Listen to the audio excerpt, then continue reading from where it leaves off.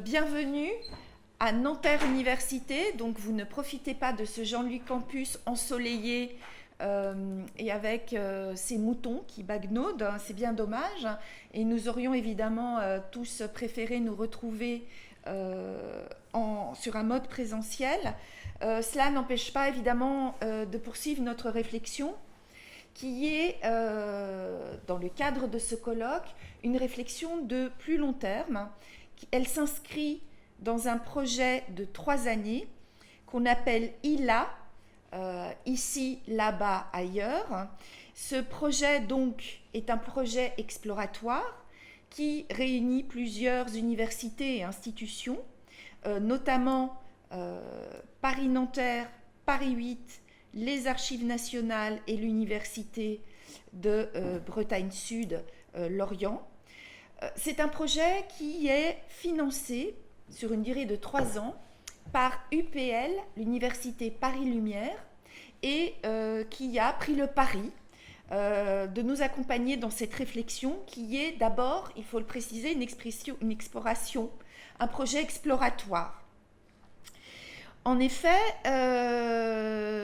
nous essayons d'examiner, et nous en sommes désormais à la 3e année et à la dernière année, l'hypothèse d'un système d'interaction au pluriel et de circulation au pluriel à l'intérieur, depuis et vers, les Amériques, mais au prisme d'une triple dimension qui ne se veut pas seulement transnationale, comme cela a été souvent le cas, même si nous abordons évidemment cette notion après les indépendances, on va dire, et l'émancipation politique des colonies, mais on essaye de repérer sur le temps long des phénomènes qui auraient peut-être des ruptures et des points d'inflexion, mais qui s'inscriraient dans une dynamique qui serait aussi transimpériale et transcoloniale.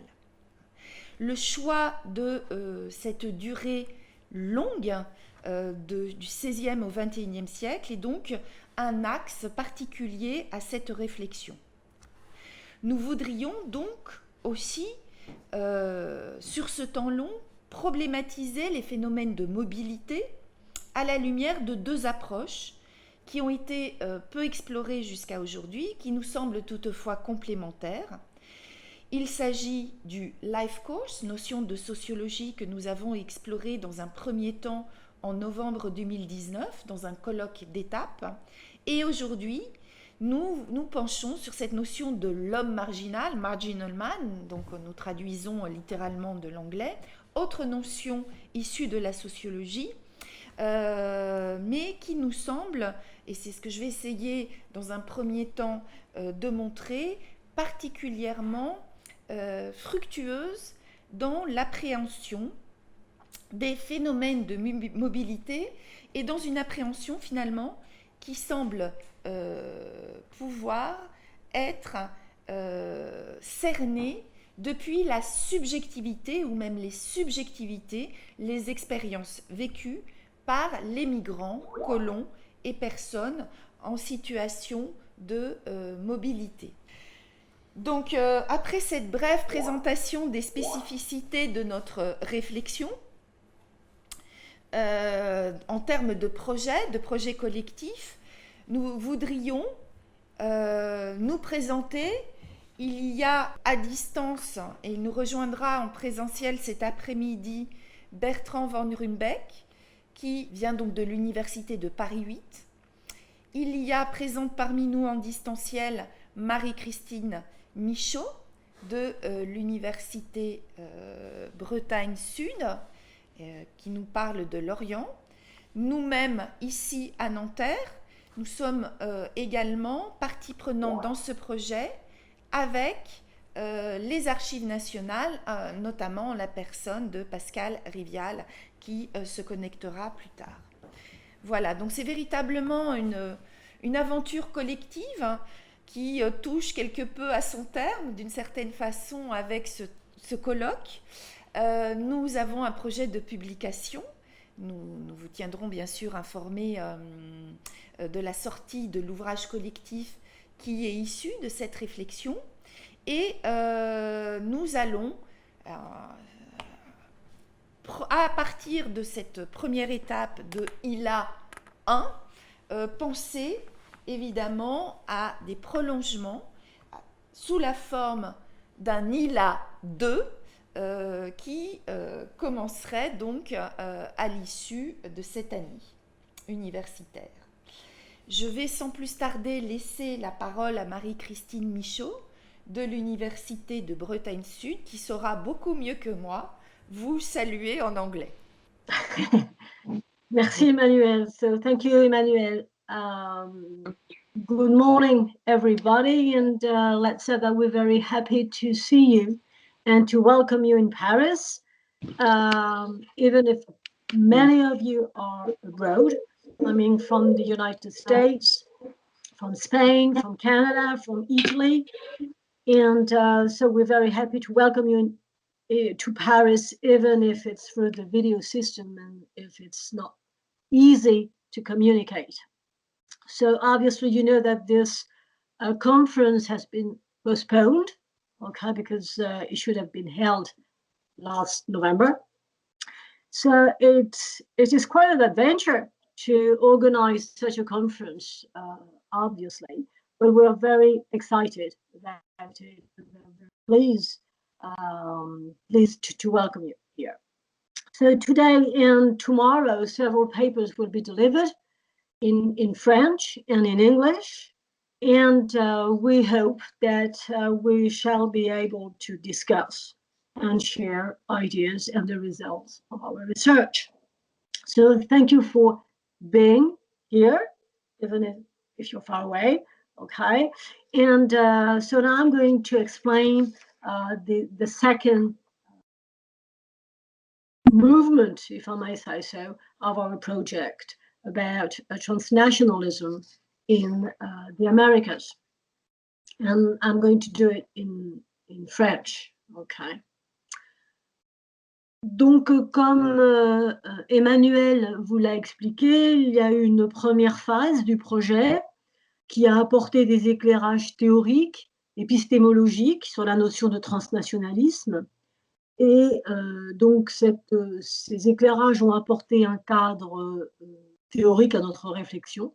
Et en même temps, nous avons bénéficié d'études de cas qui ont illustré notre propos.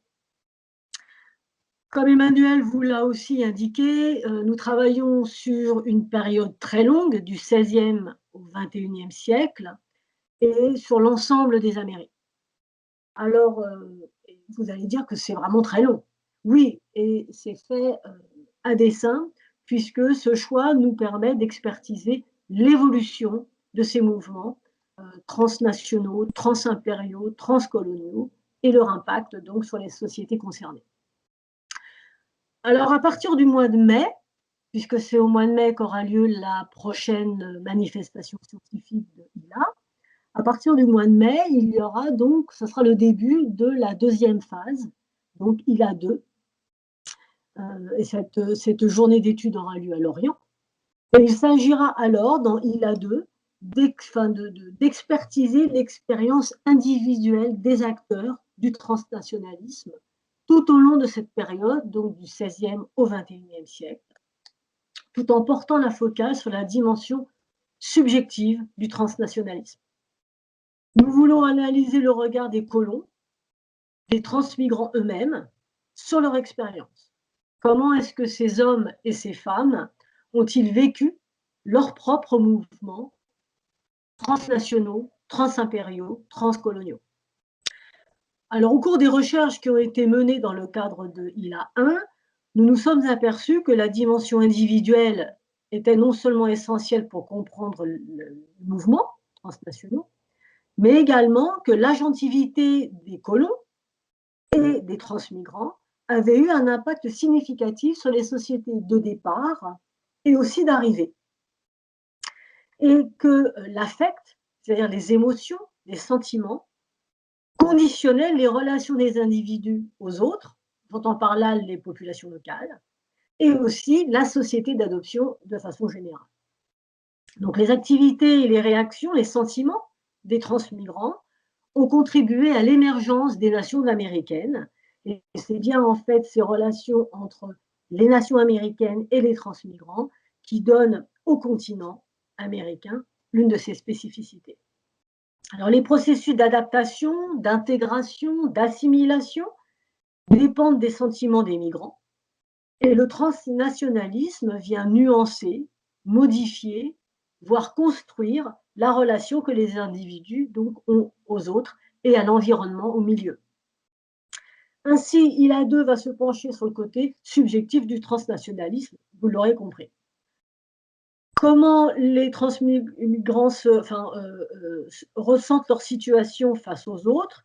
Comment est-ce que leur statut, ça c'est important, comment le statut de transmigrant joue un rôle dans la construction des Amériques?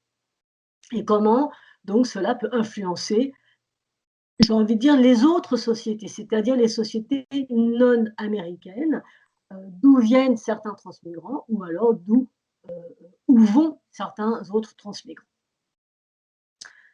Alors, ILA1 a déjà travaillé sur le thème de l'expérience personnelle, avec des manifestations consacrées au Life Course, comme disait Emmanuel, ou aujourd'hui, le colloque sur l'homme marginal. Mais nous souhaitons aller encore plus loin dans la réflexion et expertiser les stratégies de ces migrants, ces stratégies qui ont poussé au transnationalisme et qui le nourrissent. Alors, notre hypothèse est aussi que le transnationalisme a donc une influence notable sur les familles restées au pays et que l'expérience individuelle des transmigrants a eu un impact sur les conditions de vie de leurs familles restées au pays. Ce qui peut être inspiré d'ailleurs des études de Dino Chinel, qui a travaillé sur le retour des Italiens émigrés aux États-Unis et l'impact de l'émigration sur l'Italie, notamment sur son économie à la fin du XIXe siècle.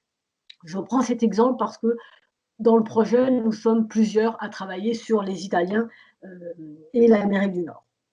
Alors, les émotions des transmigrants influent également sur les modalités d'installation et sur les processus d'intégration, évidemment. Donc, selon l'anthropologue Blake Scheller et ses collègues, les transmigrants ont des doubles vies. C'est-à-dire qu'ils veulent jouer un rôle à la fois dans leur société d'accueil et dans leur société de départ. Donc, ces individus auraient une double vie. Et donc, comment est-ce que ces individus vivent cette double vie? Comment est-ce qu'ils la ressentent? Et quel est le regard posé sur eux, aussi bien par les sociétés d'accueil que par les sociétés de départ? Donc, vous l'aurez compris, c'est la subjectivité de l'expérience migratoire qui compte pour nous. Et nous allons donc essayer de comprendre cette subjectivité, notamment à partir d'autobiographies, de mémoires, d'entretiens, de correspondances, en espérant que le croisement des regards apportera un nouvel éclairage sur la notion de transnationalisme et contribuera à l'histoire des mentalités depuis une perspective nouvelle. Alors, d'un point de vue tout à fait pratique, on disait donc que ce projet va s'étendre sur plusieurs années et nous comptons pour ILA2 faire comme pour ILA1, garder le même rythme, c'est-à-dire d'une manifestation par semestre. Avec donc, comme Emmanuel l'a précisé, une publication à l'issue de ILA1, publication qui est prévue à la fin de l'année, en 2021, et puis on espère donc une publication pour ILA2 qui, a priori, est prévue en 2023. Voilà la présentation donc du projet.